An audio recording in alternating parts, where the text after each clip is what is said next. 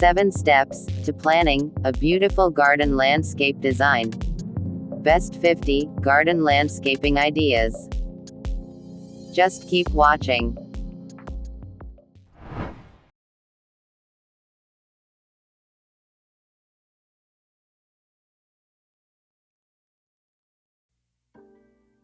Interest in native landscaping is growing in popularity.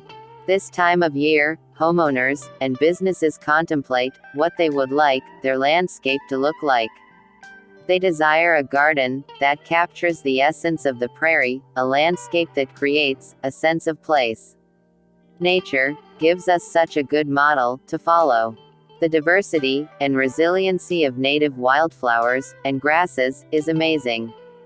We can mimic the prairie and bring it home to our gardens. Follow these 7 steps as you develop a plan using native plants.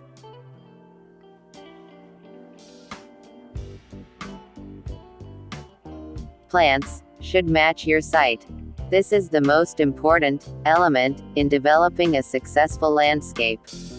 Take a critical look at the area you want to landscape with native plants. Is it sunny? It is shaded for part of the day. What type of soil do you have? Is there a microclimate? Is it exposed to wind? All these factors will guide you as you select plants for your site. This step requires some research and time as you familiarize yourself with the qualities and environmental needs of native plants.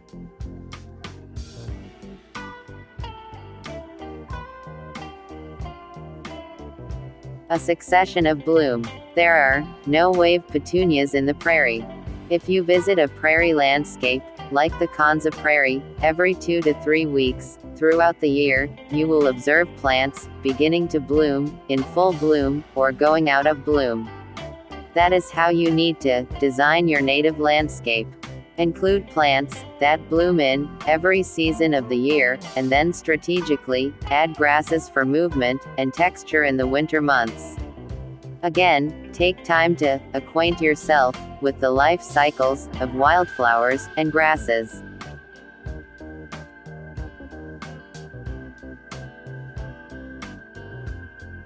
Forms and textures. A diversity of plants, woven together artistically, can create a dramatic effect.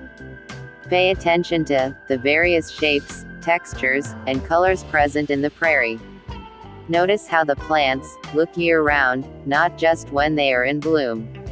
Highlight interesting plant characteristics, such as seed heads, forms, and fall color.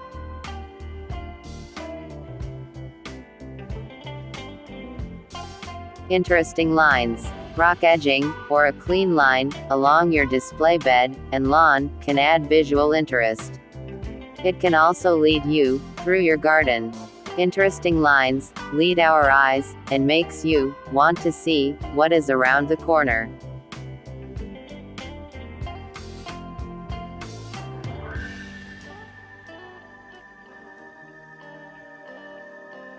Complementary colors. Plant the colors you like, but make them complement each other. Use a color wheel to mix plants. For example, purples, spiderwort, and yellows coreopsis are attractive together because they are opposite on the color wheel, while whites, penstemon, harmonized or blend the landscape together.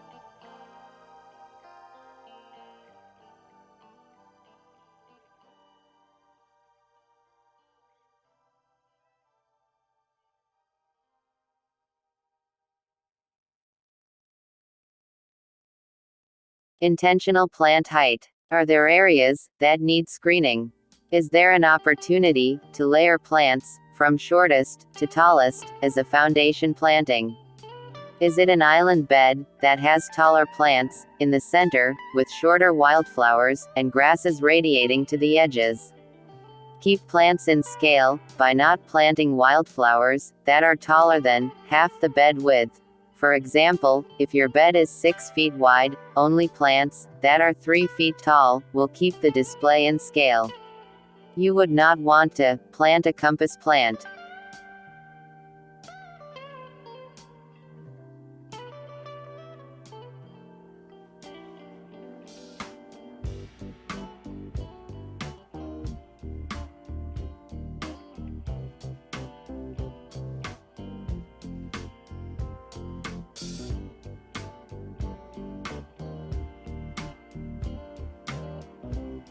Perennial and annual weed control.